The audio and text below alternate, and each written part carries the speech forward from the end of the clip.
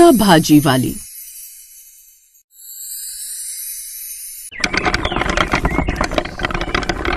किसी shopping mall के बाहर एक बुजुर्ग इंसान पाव भाजी बेचता था। दिन भर उसके पास बड़ी मुश्किल से 10-15 लोग ही पाव भाजी खाने आते थे। शाम को बहुत सारी पाव भाजी बच गई, जिसे लेकर वो अपने घर चला गया और अपने हाथों से अपनी बेटी ललिता को खिलाने लगा। बेटी ये लो, आज भी पाव भाजी बच गया, मेरे हाथों से खा लो। पापा, आजकल तो पिज्जा का जमाना है, मैं ये पाव भाजी खा खा कर बोर हो गई हूँ। बेटा, बाहर ग्राहक भी पाव भाजी नहीं खाते, तू भी नहीं खाएगी तो कैसे चलेगा। तभी वहाँ पर उसकी बूढ़ी माँ पानी लेकर आ गई। खा लो बेटी, तुम्हारे पापा कितने प्यार से खिला रहे हैं। तुम्हें पता है ना तुम्हारे पापा कितनी मेहनत करते हैं ताकि तुम्हारी शादी कर सके। नहीं, मुझे नहीं खाना, आप लोग खा लो। इतना बोलकर ललिता अपने कमरे में जाकर सो गई। अगली सुबह ललिता अपने पापा को जगाने लगी क्योंकि 8 बज चुके थे। पापा, पापा उठ जाओ, सुबह के 8 बज गए। इतनी देर तक तो आप कभी नहीं सोते। आज पाव भाजी बेचने नहीं जाना क्या पापा? पापा उठो। माँ देखो, पापा उठ नहीं रहे, देखो क्या हो गया पापा को। जब उसकी माँ उसके पास आई तो देखा उसके पापा ये दुनिया छोड़कर जा चुके थे। दोनों ने मिलकर उनका अंतिम संस्कार किया। अब उस घर में सन्नाटा पसर चुका था। ललिता खुद को कोस रही थी। मैं कितनी बुरी हूँ माँ, काश कल रात में पापा के हाथों से आखिरी बार पाव भाजी खा लेती। बेटी, अब पछताने से क्या होगा, अब तो हमें ये सोचना है कि हमारी जिंदगी कैसे कटेगी। मैं दूसरों के घर जाकर बर्तन मांजूंगी।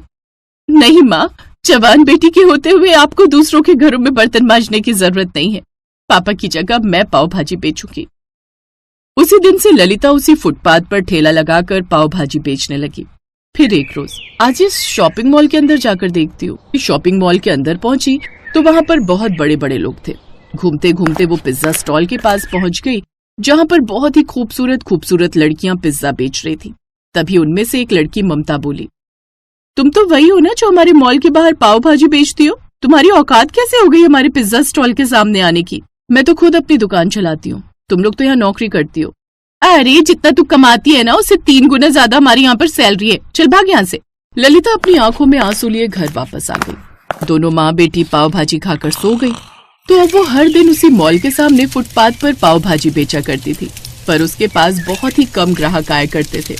एक रोज, काश मेरे पास भी इतना पैसा होता कि मेरा भी खुद का एक पिज्जा स्टॉल होता, मैं भी इन लड़कियों की तरह मॉडर्न बन पाती। लगता है मेरी पूरी जिंदगी गरीबी में ही बीतेगी। तो इस तरह किसी तरह वो पाव भाजी बेचकर अपनी जिंदगी काट रही थी।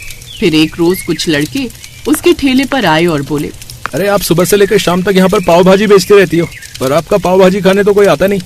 आजकल पिज्जा का जमाना है, तुम्हारा पाव भाजी सिर्फ गरीब लोग ही खा सकते हैं, और इस एरिया में गरीब तो बहुत कम आते हैं। ऐसा करो, पिज्जा बेचना शुरू कर दो, फिर हम लोग भी आया करेंगे। इतना बोलकर वो लड़के वहाँ से चले गए। अब ललिता मन ही मन सोचने लगी, वैसे लड़का कह तो सही रहा था, लेकिन पिज्जा बनाने में तो बहुत पैसा लगता है, मुझे तो कोई उधार भी नहीं देगा, लेकिन कुछ न कुछ तो मुझे करना ही पड़ेगा। अगले दिन वो पाव की जगह चौकोर आकार के बड़े बड़े ब्रेड ले आई। उस ब्रेड को उसने गैस पर रोस्ट कर लिया, फिर उसके ऊपर भाजी रख दी। उसके बाद उसने उसके ऊपर प्याज, शिमला मिर्च और टमाटर काट कर डाल दिए, और सिर्फ इतना ही नहीं, उसके बाद उसने उसके ऊपर चीज भी डाल दिया और दूसरी ब्रेड ऊपर से रख दी। इसके बाद उसने अपने ठेले पर एक बोर्ड लगा दिया जिस पर लिख दिया पिज्जा भाजी वाली। कुछ लड़के फिर से उसकी दुकान पर आए। अरे ये क्या बच्चों वाली चीज शुरू कर दी तुमने? पिज्जा भाजी का नाम सुनकर ही अजीब लगता है, हमने तो ऐसा कभी कुछ नहीं सुना। तभी पिज्जा स्टोर में काम करने वाली लड़कियां भी वहाँ पर पहुँच गई। ये क्या है, पिज्जा भाजी नाम की भी कोई डिश होती है क्या? क्यों यहाँ पर लोगों को उल्लू बना रही हो? चलो लड़कों, मैं तुम लोगों को मस्त पिज्जा खिलाती हूँ। हाँ हाँ चलो चलो। सारे लोग मॉल के अंदर घुस गए। अब ललिता उदास हो गई। हे भगवान, कितनी मेहनत से दिमाग लगाकर मैंने नई डिश बनाई और लोग उसका मजाक उड़ाकर चले गए। तभी उसके पास एक 15 साल का भिखारी आया। दीदी, ये क्या नई चीज है? ये मैंने नई डिश बनाई है, इसका नाम है पिज्जा भाजी, तुम खाओगे? हाँ दीदी, लेकिन मैं एक भिखारी हूँ, मेरे पास आपको देने के लिए पैसे नहीं है। अरे कोई बात नहीं भाई, कम से कम तुम पहले ऐसे इंसान हो जो मेरी पिज्जा भाजी खाने के लिए तैयार हो। ये लो और खाकर बताओ कैसा लगा। उस भिखारी ने जैसे ही पिज्जा भाजी खाया वैसे ही जोर जोर से उछलने लगा। क्या बात है दीदी, ये तो बहुत स्वादिष्ट है। मुझे बहुत सारे लोगों ने पिज्जा खिलाया है, लेकिन इसका स्वाद तो पिज्जा से भी कई गुना ज्यादा अच्छा है। मैं पूरी मार्केट में लोगों को चिल्ला चिल्ला कर बता दूंगा, सुनो मोहल्ले वालों, मार्केट में नई चीज आई है, पिज्जा भाजी। पिज्जा भाजी वाली दीदी के पास जाओ और नया स्वाद पाओ। यही चिल्ला चिल्ला कर वो पूरी मार्केट में दौड़ने लगा। वो बिल्कुल पागलों की तरह पिज्जा भाजी का प्रचार करने लगा। लोगों का ध्यान उसकी तरफ खींचा और बहुत सारे लोग ललिता के ठेले पर आ गए। जब उन्होंने बोर्ड पर उस डिश का नाम पढ़ा था, अरे बेटी, ये पिज्जा भाजी क्या है? ये तो हमने पहली बार सुना है, जरा हमें भी खिलाओ। हाँ बेटी, मुझे भी खिलाओ। वो भिखारी तो तुम्हारा पिज्जा भाजी खाकर बिल्कुल पागल ही हो गया। हम भी तो देखें कैसा स्वाद है इसका। जी बिल्कुल, अभी खिलाती हूँ। फिर आप लोग सच सच बताना कि आपको इसका स्वाद कैसा लगा। और हाँ, इसका रेट सिर्फ 20 रुपए है। ललिता ने उन लोगों को भी पिज्जा भाजी खिलाया। क्या बात है बेटी, ये तो बिल्कुल नई चीज बना दी तुमने। 20 रुपए में ऐसा स्वाद पूरी दुनिया में कहीं नहीं मिलेगा। मुझे 10 पिज्जा भाजी पैक कर दो, मैं अपने बच्चों को खिलाऊंगी, उन्हें बहुत अच्छा लगेगा। आप बिल्कुल सही कह रही हो बहन जी, इसका स्वाद तो सबसे अलग और सबसे जुदा है। मुझे भी 20 पिज्जा भाजी पैक कर देना प्लीज। उस दिन के बाद उसका पिज्जा भाजी खूब बिकने लगा। अब सारे लड़के लड़कियों ने मॉल के अंदर जाकर पिज्जा खाना बंद कर दिया था और ललिता का पिज्जा भाजी खाने लगे थे, क्योंकि वो सस्ता भी पड़ता था। पिज्जा स्टोर का मालिक इस बात से बहुत नाराज हुआ। इस लड़की ने तो मेरे पिज्जा स्टोर को टक्कर दे दी। इसने मेरा सारा धंधा ही चौपट कर दिया। इसका ठेला यहाँ से हटवाना पड़ेगा। उसने पुलिस को फोन करके ललिता का ठेला हटवाने को बोल दिया। अगले दिन पुलिस उसके ठेले के पास पहुंच गई। देखो, ये जगह सरकारी है, यहाँ पर तुम अपना ठेला नहीं लगा सकती। लेकिन सर, मेरे पापा पिछले 30 सालों से यहीं पर अपना ठेला लगाते थे। देखो, चुपचाप अपना ठेला हटाओ, वरना अगर हमने जबरदस्ती की तो लोग कहेंगे कि गरीबों को सताती है पुलिस। बेचारी ललिता वहाँ से जाने लगी। ये सब होते हुए मॉल का मालिक देख रहा था। इस लड़की का पिज्जा भाजी काफी फेमस हो गया है, क्यों ना मैं इसका फायदा उठाऊं। इसी बहाने बेचारी की लाइफ भी सेट हो जाएगी। जब ललिता रोती हुई काफी दूर निकल गई, तब मॉल का मालिक उसके पास पहुंचा। अरे बेटी रुको, ये तो बिल्कुल नया कंटेंट निकाल दिया तुमने। चारों तरफ इसकी चर्चा है, जरा मैं भी तो खाकर देखूं कि ये कैसा लगता है। सर, आप तो इतने बड़े मॉल के मालिक हैं, आप सच में मेरा पिज्जा भाजी खाएंगे? ये लीजिए। उसने पिज्जा भाजी खाया जो उसे बहुत पसंद आया। बेटी, इसका स्वाद तो बहुत अलग है और तुमने नई डिश की इन्वेंशन भी कर दी। तुम ऐसा करो, मेरे मॉल के अंदर अपनी दुकान लगाओ। लेकिन सर, मेरे पास इतने पैसे नहीं है कि मैं मॉल के अंदर अपना स्टोर खोल सकूं। अरे बेटी, उसकी फिक्र मत करो। जब तुम्हारी दुकान खूब चलने लगे तब हर महीने सिर्फ किराया दे दिया करना। मैं तुम्हें पूरा स्टोर बना के दूंगा, ठीक है? ये सुनकर ललिता खुशी से फूली नहीं समाई। कुछ ही दिनों बाद उस मॉल के अंदर उसका पिज्जा भाजी स्टोर बनकर तैयार हो गया और उसी दिन से उसकी दुकान खूब चलने लगी। अब बड़े बड़े लोग भी उसके स्टोर पर आने लगे थे, इसलिए उसकी कमाई कई गुना बढ़ गई। तब पिज्जा वाली लड़कियां ललिता के पास आईं। ललिता, हम तुमसे माफी मांगना चाहते हैं। हमारी आंखों के सामने ही तुम फुटपाथ से उठकर एक नए ब्रांड की मालकिन बन गई। तुम हम सबके लिए एक इंस्पिरेशन हो, इसीलिए कभी भी किसी का मजाक मत उड़ाना। कब किसके अंदर से कौन सा टैलेंट बाहर आ जाए कुछ कहा नहीं जा सकता। तभी मॉल का मालिक भी वहां आ गया। तुमने बिल्कुल सही कहा बेटा, बहुत जल्द तुम्हारा इंटरव्यू भी होने वाला है। तुम्हारी जर्नी के बारे में हर कोई जानना जो चाहता है। तो इस तरह ललिता एक नए एंटरप्रेन्योर के नाम से फेमस हो गई। उसने बहुत अच्छा बंगला भी बनवा लिया और खुशी खुशी अपनी माँ के साथ रहने लगी।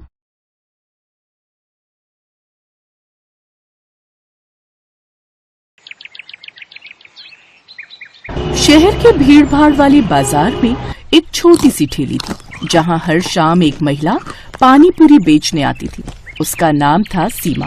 उसकी ठेली की खास बात ये थी कि वो 5 अलग अलग तरह के पानी पूरी बेचती थी। उसकी पानी पूरी की खुशबू पूरे बाजार में फैल जाती और दूर दूर से लोग उसकी ठेली पर पानी पूरी खाने आते थे। सीमा की पानी पूरी में सबसे बड़ी बात थी उसका स्वाद और मेहनत। हर सुबह वो ताजी चटनी और मसाले तैयार करती। उसके पास 5 तरह का पानी था, खट्टा मीठा पानी, तीखा पानी, पुदीना पानी, लहसुन पानी और आम पन्ना पानी। लोग दूर दूर से उसकी ठेली पर आते और अपनी पसंद का पानी मांगते। सीमा बहुत मेहनती थी। वो दिन भर खूब मेहनत करती थी। उसकी जिंदगी आसान नहीं थी। उसका पति बीमारी के कारण काम नहीं कर पाता था, इसलिए घर की और बच्चों की पूरी जिम्मेदारी अकेले सीमा ही संभालती थी। सीमा जिस जगह पर अपनी पानीपुरी का ठेला लगाती थी, उसके सामने एक बड़ी किराने की दुकान थी जिसे रमेश नाम का एक बदमाश आदमी चलाता था। रमेश सुमन से बहुत चिढ़ता था और अक्सर ही उसे किसी न किसी बहाने बुरा भला बोलता रहता था। इसका सबसे बड़ा कारण था सुमन की ठेली पर ग्राहकों की भीड़ लगना। ओ सुमन, मैंने तुझे कितनी बार बोला कि मेरी दुकान के पास से अपने ग्राहकों के साइकिल स्कूटर खड़े मत होने दिया कर। किसी दिन तेरी शिकायत पुलिस को कर दी तो तू ठेली लगाने लायक नहीं रह जाएगी। भैया जी, वो सफेद स्कूटी आपकी है, जरा हटा लो। ये दुकानदार ऐसे ही है, बेकार में बात बढ़ा देगा। अरे भाई, इतना भड़क क्यों रहे हो? 2 मिनट खड़ी तो की है, ये बड़ी अच्छी बात हुई। पानी पूरी तुम उसके ठेले पर खाओ और अपनी स्कूटी यहाँ मेरी दुकान के आगे रखो। हाँ, अरे हटाओ अपनी स्कूटी भाई, यहाँ से मुझे दुकान में जाने का रास्ता बनाना है। रमेश को अक्सर ऐसी ही सीमा से जलन होती थी, क्योंकि उसकी दुकान पर जितनी भीड़ नहीं जुटती थी, उससे ज्यादा लोग सीमा की ठेली पर 5 तरह की पानी पूरी खाने के लिए जमा रहते थे। रमेश की साली कविता गांव से शहर आई हुई थी। कविता की आदत थी कि जहां भी फायदा नजर आए वो तुरंत उसमें कूद पड़ती। एक दिन वो अपनी बहन के साथ घूमते हुए रमेश की दुकान पर आई। क्या बात है जीजा जी, इतना गुस्साए हुए क्यों हो? अरे कविता, सुधा, तुम दोनों आज दुकान पर? कुछ नहीं, बस ऐसे ही। सुधा का मन हो रहा था बाजार घूमने का, तो बस सोचा दुकान पर भी आ जाए। चलो ना दीदी, वो सामने ठेले से पानी पूरी खाते। उस ठेले पर 5 तरह की पानी पूरी है। कोई जरूरत नहीं है उसके ठेले से कुछ खाने की, सामने दुकान से समोसे ला देता हूँ, वो खा लो। पर आप उस ठेले से पानी पूरी क्यों नहीं खाने दे रहे जीजा जी? आखिर ऐसी क्या बात है? क्या उसके पानी पूरी खराब होते हैं? नहीं, बस ऐसे। मुझे उसके ठेले पर बढ़ती हुई भीड़ पसंद नहीं है। उसके ठेले की वजह से मेरी दुकान के बाहर भी जगह नहीं बचती। इसी वजह से मैं उससे बात करना पसंद नहीं करता। बेकार से पानी पूरी खिलाकर इतने पैसे कमा रही है ये। वैसे जीजा जी, ये पानी पूरी का धंधा बढ़िया बहुत है।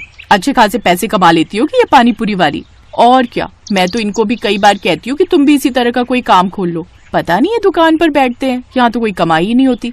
इससे ज्यादा तो वो सुमन पानी पूरी वाली कमा रही है। अरे तो मेरे कोई 10 हाथ और 10 पैर तो नहीं है जो मैं एक साथ इतना काम संभाल सकूं। तुझे घर के कामों से फुर्सत नहीं है। इन सब कामों के लिए एक आदमी की जरूरत होती है जो सारा दिन ड्यूटी दे। जीजा जी, अगर मैं पानी पूरी का ठेला लगा लूं, इतना तो कह सकती हूँ कि भीड़ तो मैं ऐसे ही ले आऊंगी। ये 5 तरह की पानी पूरी का ठेला जो लगा रही है, मैं इससे बढ़िया पानी पूरी तैयार कर दूंगी। पर पैसा तुम्हें लगाना होगा जीजा जी। हाँ हाँ, क्यों नहीं, मैं तो पैसा लगा सकता हूँ। और मेरे तो दिल को ठंडक भी मिलेगी जब कोई इसको टक्कर देने वाला आएगा। मैं कल ही तुझे पानी पूरी का ठेला लगवा देता हूँ। पर तुझे पानी पूरी बनानी आती है ना? हाँ हाँ जीजा जी, बहुत बढ़िया पानी पूरी बनानी आती है। मैं गाँव में कभी कभी घर पर बना लिया करती थी, सब उंगलियां चाटते रह जाते थे। कविता की बात सुनकर रमेश के मन में लालच आ जाता है। उसके मन में तो वैसे भी सुमन के लिए ईर्ष्या थी। अब कविता का साथ मिलने से उसके मन में योजना भी आ गई। अगले 2 से 3 दिन में रमेश ने कविता को दुकान के बिल्कुल बराबर में 5 तरह की पानी पूरी का ठेला तैयार करके लगवा दिया। ठेला देखने में बहुत सुंदर था, शीशे वगैरह लगे हुए थे। ठेला लोगों को अपनी ओर आकर्षित कर रहा था, क्योंकि ठेला देखने में सुंदर होने के साथ साथ पानी पूरी के रेट भी बहुत कम थे। और कविता लोगों को आवाज लगाकर सस्ते पानी पूरी के लिए लालच दे रही थी। 10 रुपए में 5 तरह के स्वाद वाली पानी पूरी, इतनी सस्ती कभी नहीं खाई होगी। आइए आइए, 10 रुपए में 5 तरह की पानी पूरी खाइए। आज ग्राहक क्यों नहीं आ रहे? अरे, ये सामने पानी पूरी का ठेला किसका है? रमेश ने अपनी साली को मेरे जैसा ही पानी पूरी का ठेला क्यों लगा कर दिया?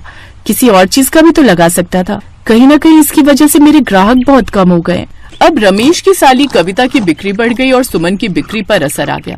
पता नहीं कविता की पानीपुरी में वो स्वाद भी नहीं था जो सुमन की पानीपुरी में था। फिर भी लोग कविता के ठेले से ही पानीपुरी खाते थे। सुमन ने अब रमेश की दुकान के सामने ठेला लगाना बंद कर दिया। अब वो दुकान से दूर बाजार में ठेला लगाने लगी। हालांकि उसे जगह के पैसे देने पड़ते थे, पर कहीं न कहीं उसे ये सुकून था कि उसे रमेश जैसे इंसान से मुंह नहीं लगना पड़ रहा था। कहते हैं, इंसान की बेईमानी की सजा उसे एक न एक दिन मिल ही जाती है। ऐसा कविता और रमेश के साथ हुआ। कमाई अच्छी होने से रमेश के मन में लालच आने लगा। अब उसने सस्ते में पानीपुरी बनाने के बारे में सोचा। अरे जीजा जी, पानीपुरी बनाने के लिए ये तुम पुराने मसाले क्यों दे रहे हो?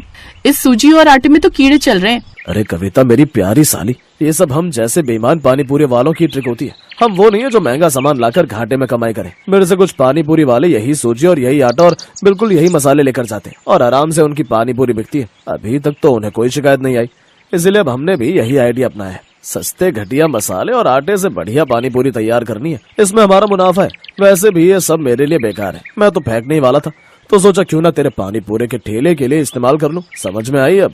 जीजा जी, कुछ भी कहो, तुम हो बहुत चालाक। रमेश और कविता दोनों ने मिलकर घोटाला शुरू कर दिया और फिर किसी ने खबर कर दी और फूड इंस्पेक्टर उनकी चेकिंग के लिए आ गए। हमेशा के लिए कविता का पानी पूरी ठेला सील कर दिया गया। उधर सुमन पहले की तरह ही साफ सुथरे तरीके से पूरी मेहनत के साथ वैसे ही बाजार में अपना पानी पूरी का ठेला चला रही थी। मैंने कहा था जीजाजी मिलावट मत करो, पर तुमने मेरी नहीं सुनी। देखो वो 5 तरह की पानी पूरी वाली आज भी अपना ठेला इतने आराम से चला रही है। तो नुकसान तो मेरा भी हुआ है। तेरी वजह से मुझे कितना जुर्माना भरना पड़ा है। ना ही तुझे मैं ठेला लगाने देता और ना मेरे मन में लालच आता। मेरे भी काम पर असर पड़ा है। सुनिए, वो 5 तरह की पानी पूरी वाली सुमन का जो ठेला लगा है वहाँ पानी पूरी खाते हुए चलेंगे। बड़े स्वाद पानी पूरी बनाती है। सुमन की तारीफ सुनकर रमेश और कविता दोनों का मुंह लटक जाता है। कहते हैं बेईमान इंसान कभी भी सफलता की ओर नहीं जा पाता और जो ईमानदार होते हैं वो हमेशा सफलता के रास्ते पर बढ़ते रहते हैं।